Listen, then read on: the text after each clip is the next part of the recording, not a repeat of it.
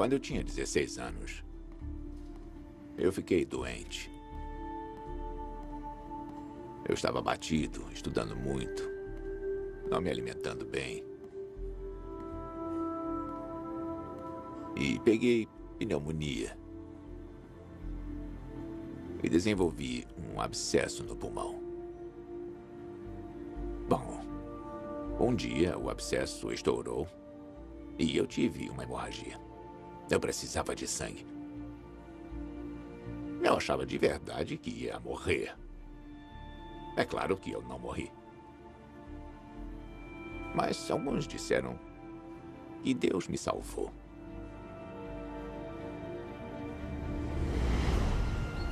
Os fiéis acreditam que Deus se comunica conosco através de milagres.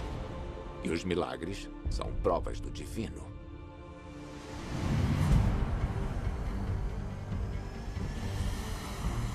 Agora eu vou começar uma jornada para descobrir o poder dos milagres. Você caiu lá de cima até aqui. O que os médicos disseram? Você é um milagre. Para descobrir o que é sorte e o que é destino. Tenha certeza que, na filosofia chinesa, tudo acontece por uma razão. Para ver como a crença em milagres pode mudar a história. Os milagres simbolizam o início do povo judeu. E como a fé pode mudar vidas. Você está olhando para um verdadeiro milagre de Deus. Para atingir o que parece ser impossível. O verdadeiro milagre é transformar a mente humana. É desse milagre que precisamos. A história de Deus com Morgan Freeman. O poder dos milagres. A maioria dos que acreditam em Deus acreditam que Deus está nos observando.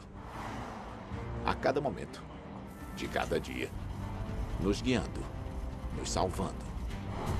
Para mim, parece um milagre ele olhar por todos os 7 bilhões de pessoas. Então, quando eu soube da história de Alcides Moreno, eu tive que vir a Nova York para ouvir sua história. Aqui estamos nós. Há 8 anos, Alcides veio trabalhar como limpador de janelas neste prédio de 47 andares em Manhattan. Conta pra mim o que aconteceu. Eu acordei de manhã, peguei meu carro e saí de Nova Jersey e vim pro prédio. Você pegou o elevador? E fui até o topo. O prédio tem 47 andares. 47, é. Eu subi na plataforma.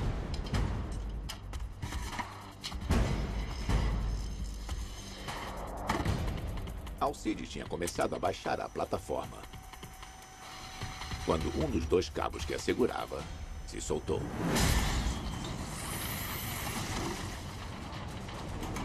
Eu apenas me agarrei na plataforma, aí o outro cabo se soltou.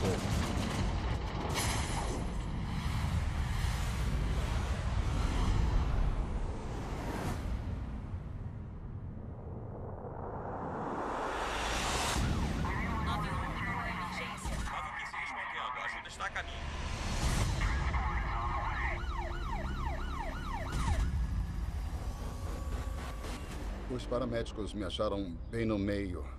A plataforma estava assim. Entre os 2 prédios? É, entre os 2. Estava Sei. bem no meio. Eles me tiraram de lá.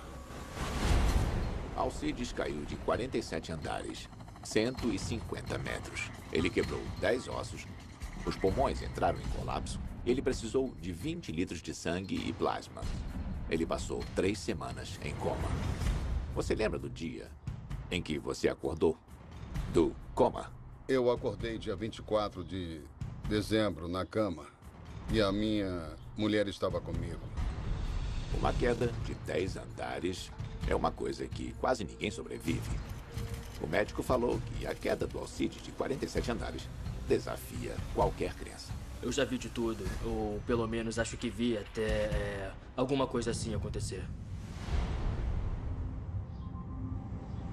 Você caiu lá de cima até aqui.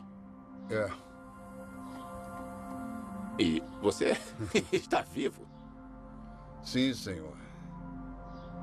E olha, eu estou trabalhando normalmente. Dê um nome para isso. É que o médico falou, você é um milagre. Ele disse, você é um milagre. O que você acha? Ah, eu não sei. Eu ainda não sei. Alcides teve problemas em acreditar que era um milagre, porque ele não estava sozinho quando caiu. Seu irmão caçula estava na plataforma com ele. Ele morreu no momento em que chegou ao chão. Qual o nome do seu irmão? Edgar. Edgar. Aqui estamos nós. Aí está ele. Ainda me sinto da mesma forma. Meu irmão foi uma grande perda. Vocês eram próximos? Muito próximos. Ele era um grande homem. Meus sentimentos, Alcides. Deve ser muito difícil. Eu o levei para trabalhar comigo e aconteceu. Porque... Ele era mais novo? Porque ele era mais novo do que eu. Era um bom homem.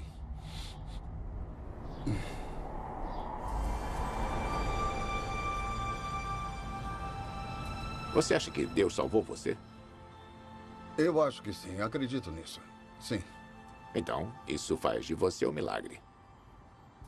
Mas, ao mesmo tempo, seu irmão se foi. Aquele que...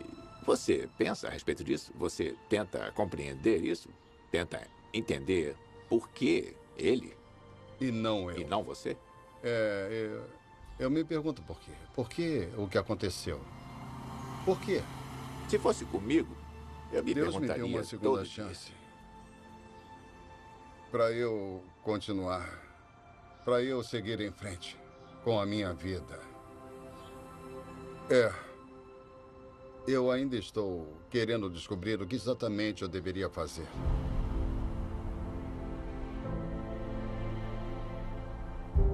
Alcides não é mais um limpador de janelas. Ele e a mulher construíram uma nova vida no Arizona, onde estão criando sua família. Ele ainda está tentando entender se Deus tem algum plano para ele. Por que eu? Deus tem algum propósito para mim? Alcides se pergunta por que sobreviveu quando seu querido irmão morreu. Por quê? Será que existe alguma entidade que faz essa escolha? Ou a vida é toda ao acaso? É simplesmente aleatória e sem propósito? Para os cristãos, os milagres são provas de que a vida não é por acaso. Eles acreditam que Deus intervém no mundo por uma razão. Os judeus também acreditam no poder dos milagres. Aliás, a crença deles tem como base a intervenção divina. Eu vim a Jerusalém para ver como os judeus celebram o milagre do seu êxodo do Egito. Numa noite diferente de todas as outras. O Pessah. Oi. Tudo bem? Como é que vai? Eu estou muito bem, obrigado. Isso é para você. Muito obrigada. Eu me chamo Aviva. Olá, Bem-vindo à minha Aviva. casa. Ah, meu Deus.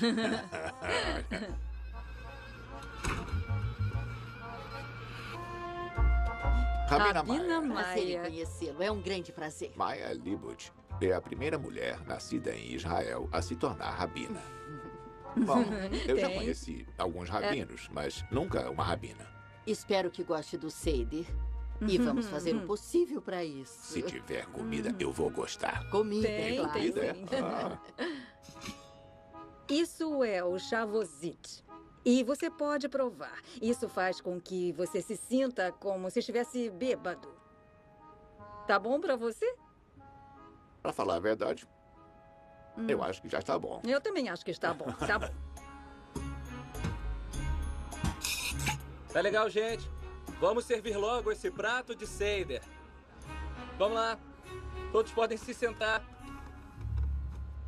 Uma das tradições mais importantes do judaísmo e foi ordenado pelos nossos ancestrais é: vós não falareis ao celular durante o Seder.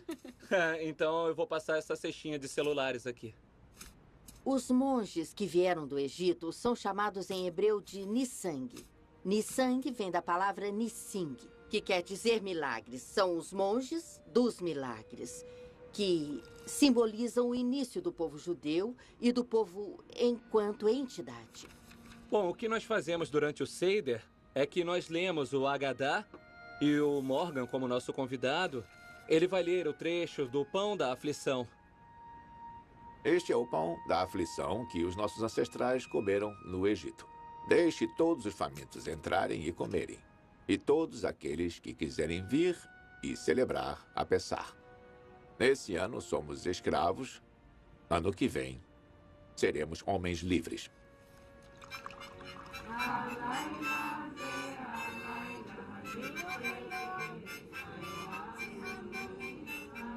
A refeição de Pessah celebra a união que os judeus sentem com Deus. E é uma ocasião para as crianças entenderem as fundações da sua fé. O Seder reconta como os judeus escaparam da escravidão, graças a Deus ter atacado o Egito com uma série de 10 pragas. Bom, Rabina. Sim. Por que Pessah? A que a palavra se refere?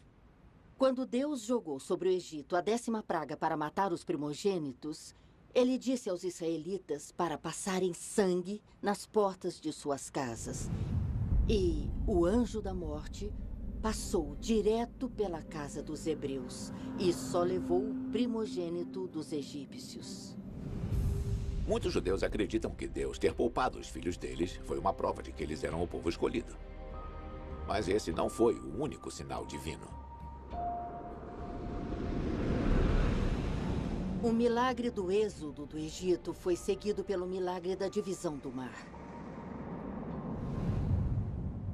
Deus fez 2 milagres. Um foi separar o mar diante dos hebreus e depois fechá-lo diante dos egípcios. Então Deus quer que nos lembremos que os egípcios são tão seus filhos quanto nós. E colocando gotas de vinho nos nossos pratos, estamos botando gotas de lamentação por Deus ter perdido tantos de seus filhos enquanto salvava outros. O reconhecimento de que os milagres do Êxodo não beneficiaram a todos me fez lembrar de Alcides Moreno. A vontade divina não é fácil de se entender. Qual é a sua opinião sobre toda essa ideia de uma série de milagres? Não acho que alguém vá abrir o mar para nós hoje. Eu queria que hoje alguém nos trouxesse paz. A Bíblia não é um livro de história. A Bíblia é um livro de ideias. A questão é o que ela tem a nos ensinar, o que podemos aplicar às nossas vidas. É uma forma de agradecimento, sabe? É uma forma de ensinar às crianças que mesmo as pequenas coisas não vêm de graça, que você precisa agradecer. É bom ter pai e mãe. É bom ter um teto sobre a cabeça. Mas provavelmente o maior milagre de todos eles é que os judeus ainda estão aqui. Quero que eles saiam daqui com a ideia de que milagres podem acontecer. A história é essa.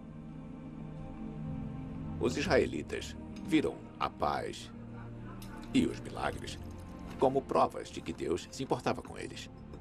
Nem todos os judeus modernos acreditam nos milagres do Êxodo. Mas essas histórias ainda os definem enquanto povo. E esse poço profundo de tradição e força moral lhes deu suporte e é referência para eles por milhares de anos, para passar por tempos difíceis.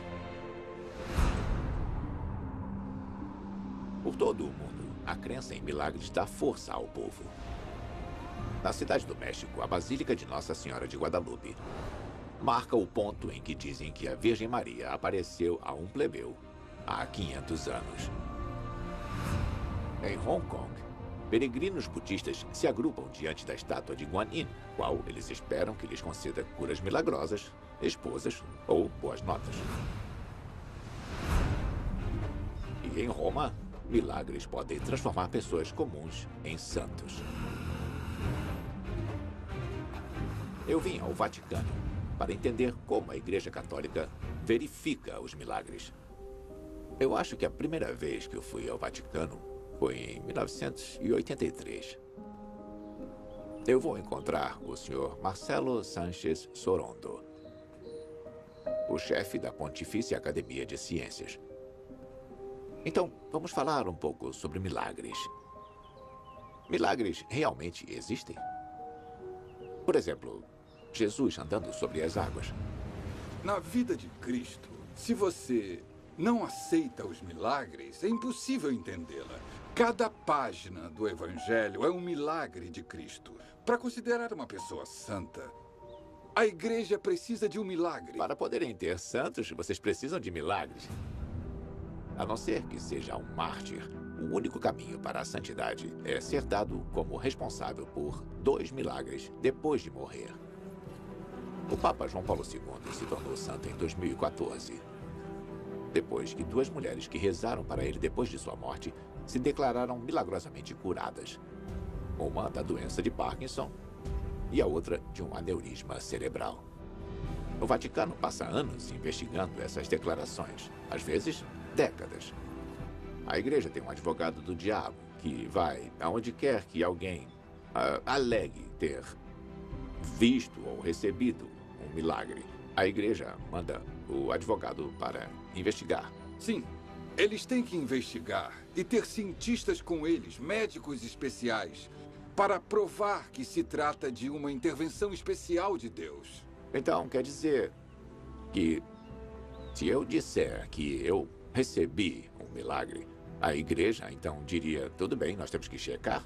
Exato. nós temos que checar. A mão de Deus realmente intervém? Não apenas em questões de vida ou morte, mas também nos altos e baixos de nossas vidas. Ou tudo o que acontece é fruto do acaso?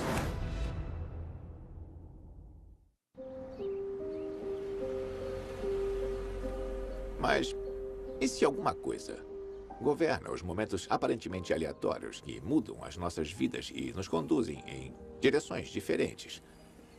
Como um garoto pobre do Mississippi virar um astro de Hollywood. Eu sempre amei os filmes. Sempre sonhei em estar neles. Eu acreditava. E eu realmente consegui. Mas isso foi um milagre? A maioria de nós tem um ponto de virada em nossas vidas. Um momento crucial em que você se pergunta como isso aconteceu. O meu foi em 1989. Eu fiz 3 filmes. Meu Mestre, Minha Vida, Conduzindo Miss Daisy e Tempo de Glória. Eu fiz isso acontecer? Foi alguém lá em cima que decidiu? Ou eu tive sorte? Para tentar entender isso, eu marquei de encontrar um professor de psicologia que acha que costumamos confundir sorte com milagre.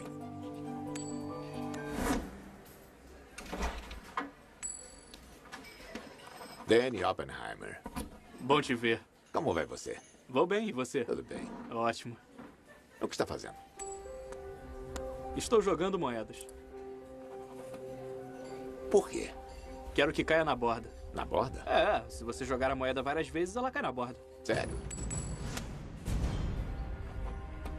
Aí tem muitas coroas. Bom, se eu jogar a moeda 2 vezes e der cara 2 vezes é um milagre? Não.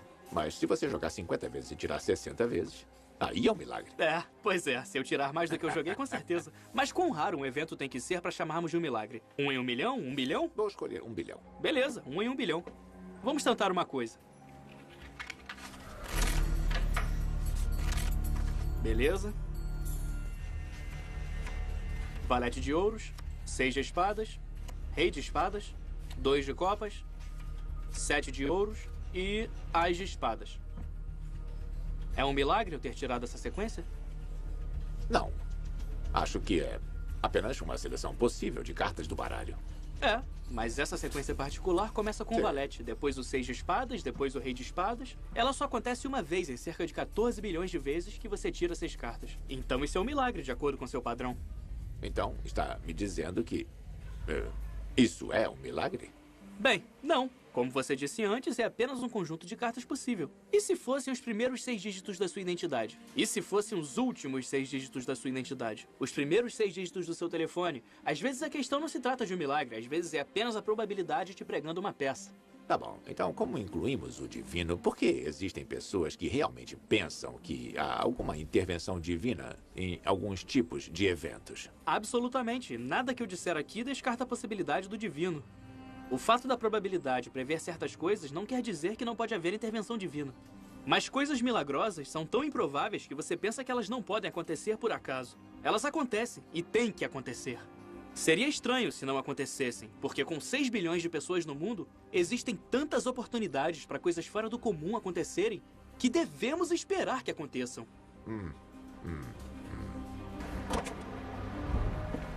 É da natureza humana criar uma sinfonia da cacofonia de eventos à nossa volta. Não quer dizer que a providência divina não exista. Aliás, como eu aprendi quando fui a Roma, no passado, o acaso e Deus coexistiam. Os romanos antigos tinham uma visão diferente dos milagres. Antes deles se tornarem cristãos, os romanos tinham muitos deuses. Eles acreditavam que os deuses controlavam seus destinos e tudo o que acontecia era decidido por eles. A arqueóloga Valerie Higgins me contou que os deuses até determinavam o resultado de eventos esportivos. Agora estamos aqui no Circus Máximos. Esse era o maior circo de Roma, aliás, do Império Romano. E era aqui que eles praticavam as corridas de bigas. Nós estamos mesmo no meio da pista. É, os portões de partida eram ali. E eles corriam por aqui até o outro extremo, onde eles davam meia volta e voltavam para o outro ponto de partida. E faziam isso 7 vezes. Pelo menos 250 mil pessoas cabiam aqui. Bedlam. É, isso aí. Então esse lugar era cheio de vida e de ação. Bom, deve ter sido bem parecido com a corrida de cavalos moderna. Apostas, bolões. É claro, sim. Sabíamos que tinham muitas apostas e muitas jogatinas. Apostar, particularmente em jogo de dados, era mal considerado porque você estava apostando na vontade dos deuses. Mas apostas, em geral, começaram a mudar a maneira como os romanos viam o destino e abriram o caminho para a crença em milagres. Como as apostas se encaixavam na ideia de que o destino já estava escrito independentemente do que você fizesse, as coisas iam acabar acontecendo de qualquer jeito. Eles acreditavam que o destino estava traçado, mas, sabe, isso não os deixava passivos. Eles faziam o possível para botar os deuses sobre os cavalos. Se eu fosse perguntar, por exemplo, o dia de uma grande corrida, e os romanos antigos diriam: está nas mãos dos deuses, mas nós precisamos saber o que os deuses querem. Certo. Mas como eles descobriam isso? Como eles descobriam o que os deuses queriam? O que os deuses queriam? Você tinha que ir a um sacerdote especializado nesse tipo de coisa.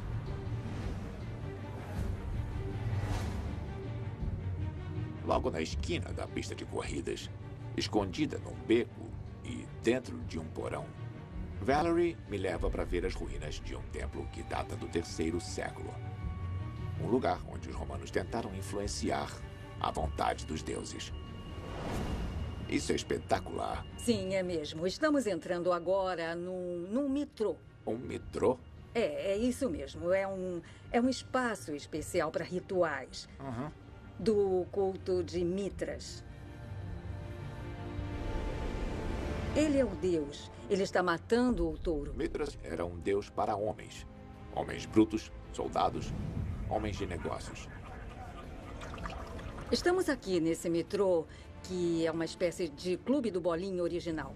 Sabemos que tinham muitos banquetes. Algum dos sacerdotes costumava ficar aqui com eles? Tinham padres aqui, sim, com certeza, que ficavam supervisionando o banquete porque era quase essencial que se fizesse o ritual corretamente para garantir que o seu time teria sucesso nos circos máximos. Então, aqui embaixo, e estamos fazendo todos os rituais, e vamos realmente ajustar o destino para fazer aquilo que queremos ou fazemos alguma coisa? Não, isso não impede que você dê uma ajuda ao destino. Nós sabemos certamente que tinha muita trapaça rolando por baixo dos circos máximos. Não. Eu acho que sim. Eles faziam de tudo para deixar o sistema funcionando, para fazê-lo ter sucesso.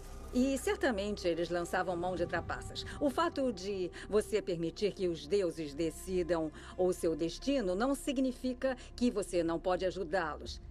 Se você puder ajudar. Pois é, sabe? Porque a ideia de que Deus trabalha para você e está em cada aspecto da sua vida, incluindo, é claro, o resultado da sua corrida nos circos máximos. Os romanos não tinham fé. Eles apenas seguiam os rituais. Tinham destino.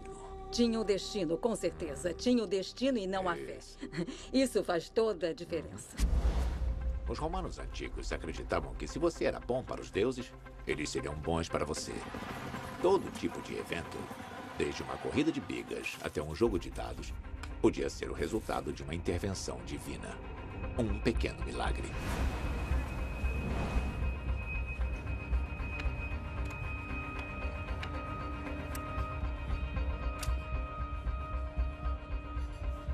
Eu só quero entender como alguns milênios de catolicismo podem ter mudado o pensamento dos romanos.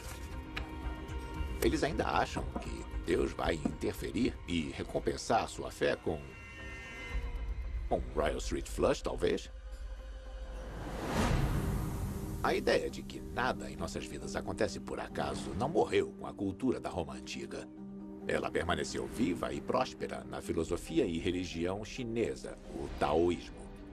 O taoísmo existe há quase 2 milênios. Os deuses não são o foco do taoísmo. O foco é o Tao, a suprema energia criadora a qual todos estamos conectados. Essa interconectividade mostra que nossos destinos já estão traçados no berço.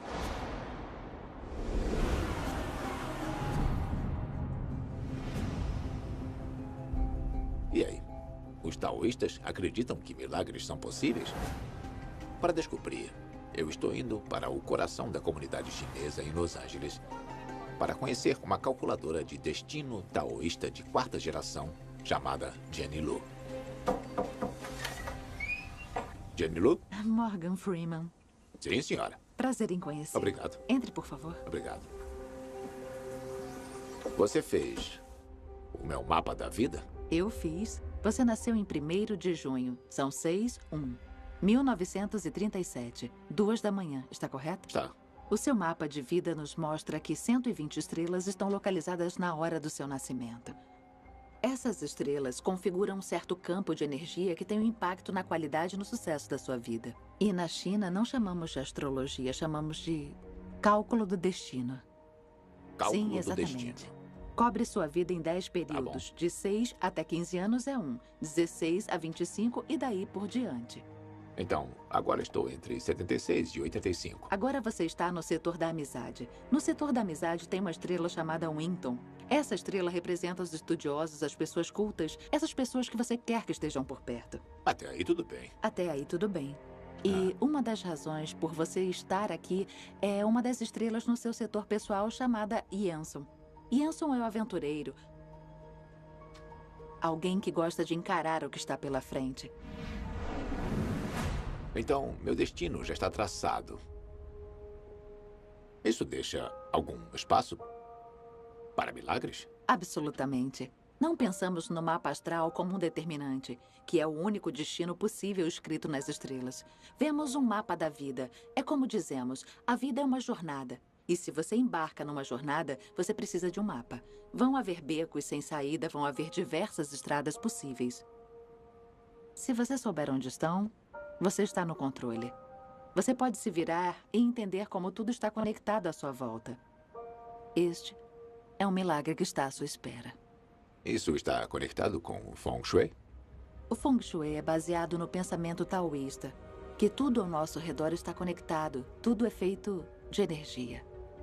Feng é vento, Shui é água. É uma energia que não podemos destruir ou criar. Está sempre lá, mas podemos mudar seu curso. Na China Podemos dizemos... cavalgá-la? Exatamente, podemos cavalgá-la. Na China dizemos... Os pássaros não voam, eles são voados. Os peixes não nadam, eles são... Levados. Sim, eles são levados. Pela água.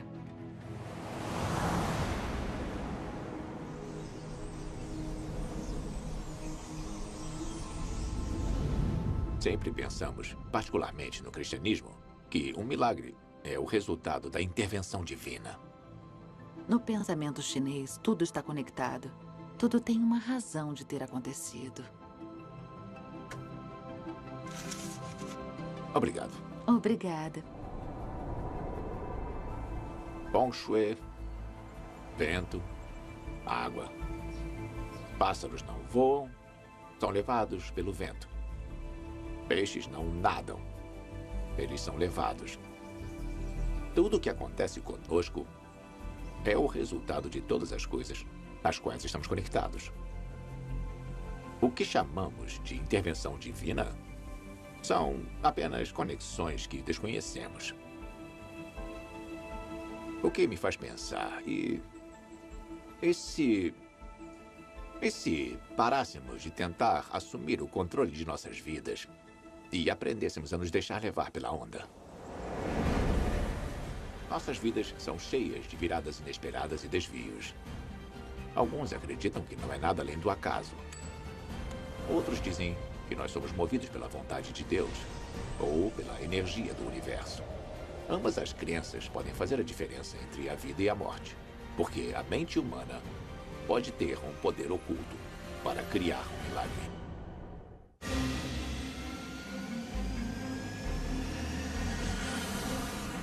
Eu estou viajando pelo mundo, tentando entender o poder dos milagres. E eu vim ao Cairo para investigar se esse poder não vem das nossas próprias mentes. Eu estou visitando um dos hospitais mais antigos do mundo. Um lugar famoso por combinar ciência médica com o poder de cura da fé. Os escritos espalhados pelo prédio descrevem a fundação desse hospital e do contexto inteiro. O historiador de Harvard do Islã e médico Ahmed Bagar me trouxe para o complexo Qala, que abriu as portas em 1285 depois de Cristo. Essa é a entrada pela qual os pacientes passam regularmente. Caramba, é uma mudança brusca em relação ao lado de fora. Ele foi projetado para isso. Quando você entra por esses corredores, do lado de fora, que está quente, cheio de poeira e bem barulhento, você entra aqui e vê um corredor escuro, calmo e relaxante. Os pacientes vêm para cá esperando ser curados tanto pela medicina moderna quanto por uma intervenção milagrosa de Deus. Eu quero te mostrar uma coisa. Tudo bem. Oh, que maravilha! Essa construção é a coisa mais impressionante que eu já vi na vida. Esse aqui é o templo do Sultão Qala, o fundador desse hospital. Os pacientes costumam vir aqui para direcionar preces de agradecimento ao sultão. E lentamente, o próprio Qala foi ficando associado com a ideia de cura. É como se essa história que estamos vendo fosse a origem do santo da cura. Isso significa, então, que fé tem uma conexão com a cura? A medicina como um todo, ela é vista como um conduíte da vontade de Deus. Então, se ao fim do dia, se nós ficarmos doentes, em parte será pela vontade de Deus. E apenas a medicina poderá nos curar, mas apenas se Deus permitir que isso aconteça. Então tudo o que acontece é pela vontade de Deus? Exato.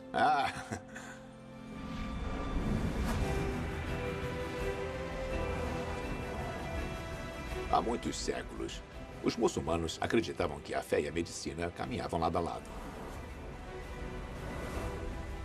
Mas a fé na intervenção divina pode ajudar a medicina a nos curar hoje?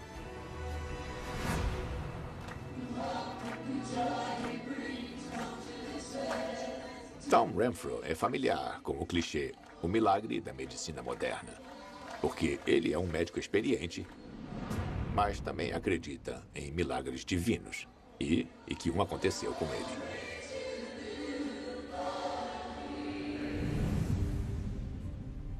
Isso foi 18 anos atrás. E eu estive lá para agradecer por Deus ter me curado. E o que eu acho é que naquela época aconteceu um verdadeiro milagre. Um milagre de Deus. As histórias de milagres de Harper trouxeram a professora da Universidade da Indiana, Candy Gunter Brown, para a Virgínia do Norte, para conhecer Tom. Ela está estudando se a fé e as preces podem realmente melhorar prognósticos médicos. A questão que realmente me interessa é o que acontece quando as pessoas rezam pela cura. Candy, foi em 1996, no outono. E eu achei um nódulo atrás do meu pescoço. Depois, no mesmo outono, eu achei mais nódulos debaixo dos braços. Então, procurei ajuda médica. E a biópsia debaixo do meu braço mostrou que eu tinha um tipo raro de linfoma chamado linfoma das células do manto. O prognóstico era desanimador. Eles me deram poucos meses de vida e basicamente me disseram para aproveitar o tempo que me restava. E a meta era tentar me manter vivo até o Natal. Eu era um médico. Eu sabia das evidências que estavam lá. Era uma falência múltipla de órgãos. Eu tinha uma doença que não havia qualquer cura na medicina que pudesse eliminá-la. Ao invés do desespero, o senhor quer que nos lembremos. Eu te acompanhei por todo o caminho. Não vou te abandonar agora. Você fez algum tratamento médico? Não existia tratamento médico. Não naquela época. Os tumores continuaram a progredir. E quanto mais eles cresciam, mais pessoas chegavam. As orações ficavam mais intensas. O meu pastor, então, organizou um final de semana de orações em que pessoas vinham rezar.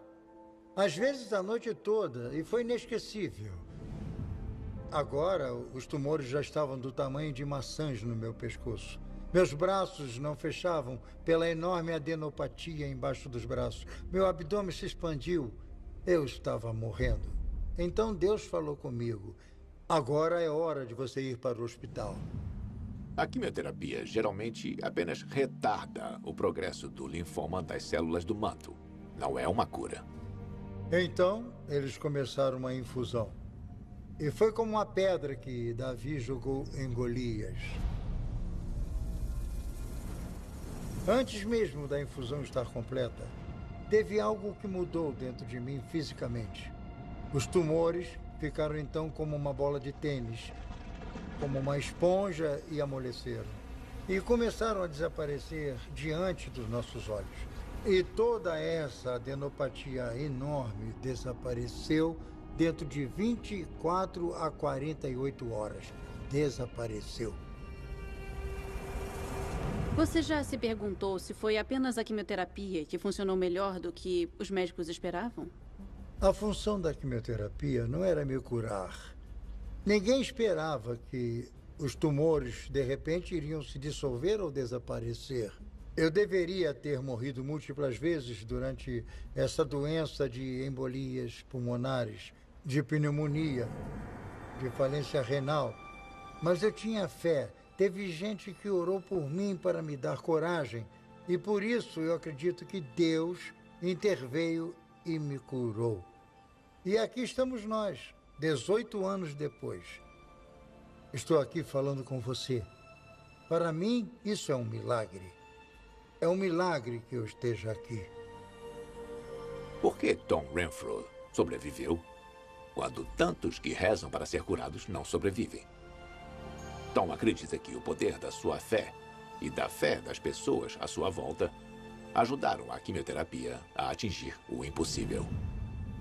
Me parece que a maior parte do que chamamos de milagre começa bem aqui, na nossa mente. Fechamos os olhos quando rezamos, não é? E eu acho que a meta disso é focar a mente, é transcender as distrações da vida diária, preparar nossas mentes para atingir o que, a princípio, pode nos parecer impossível.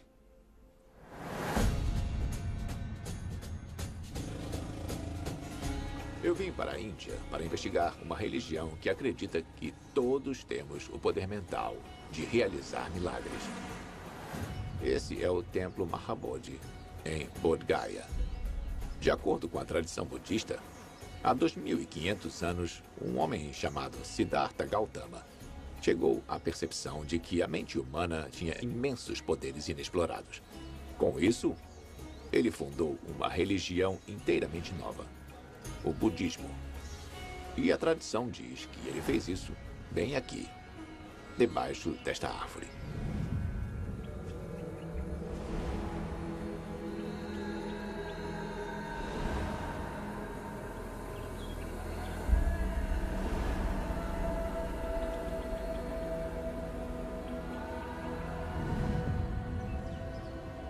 Eu quero entender o que os budistas acreditam que aconteceu com Siddhartha enquanto estava debaixo da árvore. O monge tibetano Lobsang Tempa prometeu me ajudar a descobrir. Então, é um prazer estar estou aqui. feliz que pude vir. Ah, eu também. Então, esse é o local sagrado onde o Buda despertou. Lobsang me diz que ele vai me fazer entender o milagre da iluminação de Buda. E ele vai fazer isso desafiando minha mente para me fazer ver essa luz. Então, o que você sabe Siddhartha sobre quer o que eles dizer- ensinam na América? Eu aprendi que ele era de origem nobre e que ele foi criado muito protegido. Ensinam isso lá. E que um dia ele saiu do seu palácio. Está correto. E começou a ver a vida como ela realmente era. É. Por que ele fez isso? Essa é a pergunta que você vai responder. Bom, então você gostaria que seu pai decidisse assim que você nascesse que o filho dele iria ser rei? Então eu devo mantê-lo em seu palácio, cercado por belíssimos objetos sagrados. Parece Flores bom. que nunca murchavam, mulheres jovens e lindas que nunca envelheciam. Parece perfeito. Não parece perfeito? Parece Mas esse muito homem não bom. estava satisfeito com isso. Buda então deixou o palácio. É. E sabe o que ele viu quando deixou o palácio? Bom, pelo que eu sei, ele viu o sofrimento. Ele viu a vida real. Como assim? Como assim? Bom, tinham pessoas velhas, aleijadas. Isso. Mendigos. Isso. Pessoas que não tinham nada, pessoas que passavam fome. Foi como um abrir de olhos. Foi demais. Ele viu a morte. Ele O pai viu a dele não morte, sim. queria que ele visse a morte. Mas isso o atingiu de uma forma que ele sentiu que devia deixar o palácio tem para razão. descobrir a causa disso. Por que as pessoas sofrem? Siddhartha vagou por 6 anos, procurando entender a causa do sofrimento. Até que, finalmente, sentou-se à sombra de uma figueira. E decidiu que ficaria parado ali, focando sua mente, até que ele descobriu como acabar com o sofrimento humano.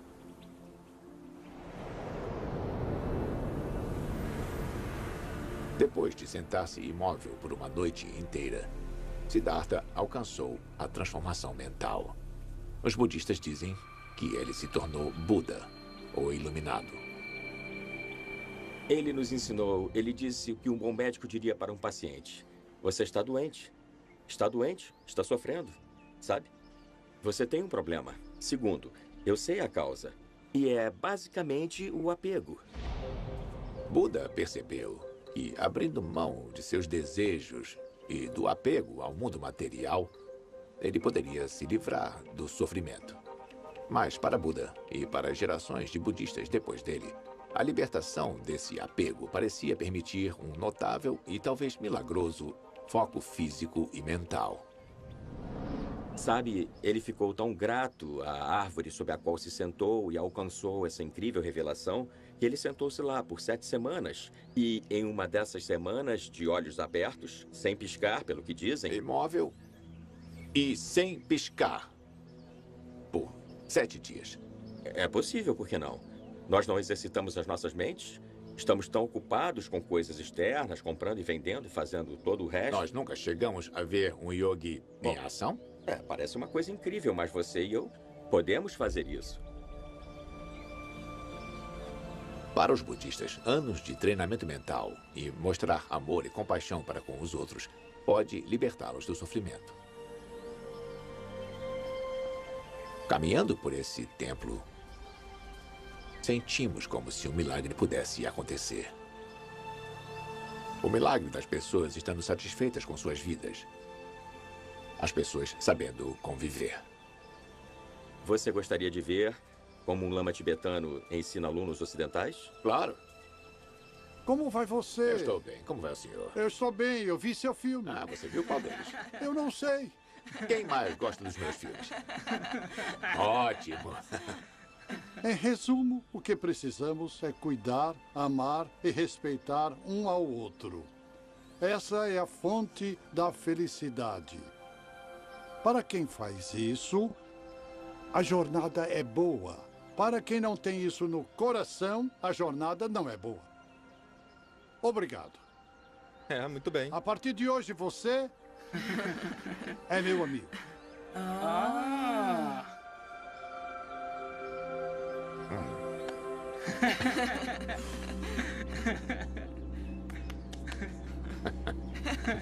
Está bem? Eu gosto de você. Eu gosto de você também.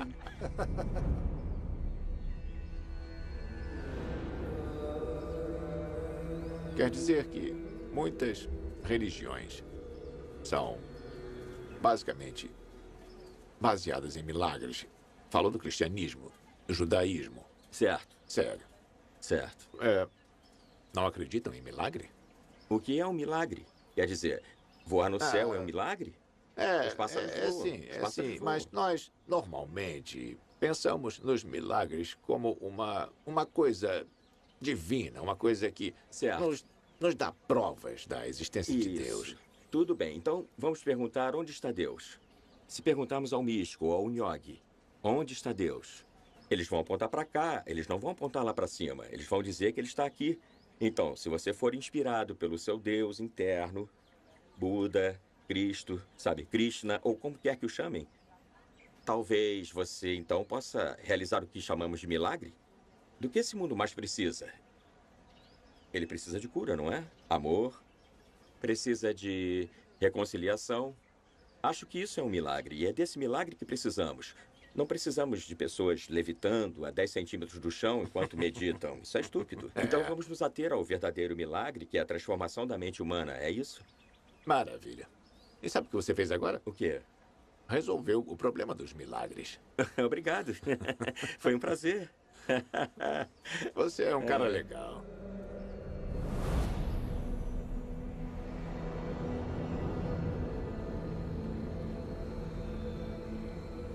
É irônico que um homem que quer nos mostrar o poder que todos temos dentro de nós é visto como uma espécie de ser divino. A meta do budismo, pelo que eu posso ver, é nos ensinar que somos todos capazes de muito mais do que acreditamos que podemos, se apenas nos concentrarmos e focarmos nossas mentes. Sempre tive dificuldade em ver sentido nas histórias de milagres. Como o oceano poderia ser partido. Como era possível caminhar sobre as águas. Mas eu acho que eu não tinha entendido. Acreditar em milagres é acreditar que existe mais na vida do que os olhos podem ver. Aceitar que existe alguma coisa que nos conecta, que nos une. Tantas pessoas passam por esse mundo. E quando nossos caminhos se cruzam, coisas milagrosas podem e vão acontecer. As pessoas ganham as folgas que queriam. Pessoas inspiram umas às outras. Pessoas se apaixonam. E se esses eventos são orquestrados pelas mãos de Deus, pelo poder da mente, ou por uma chance de 1 em 1 milhão, eu acho que devemos acreditar em milagres. Porque milagres, como quer que os defina, nos ajudam, nos dão esperança.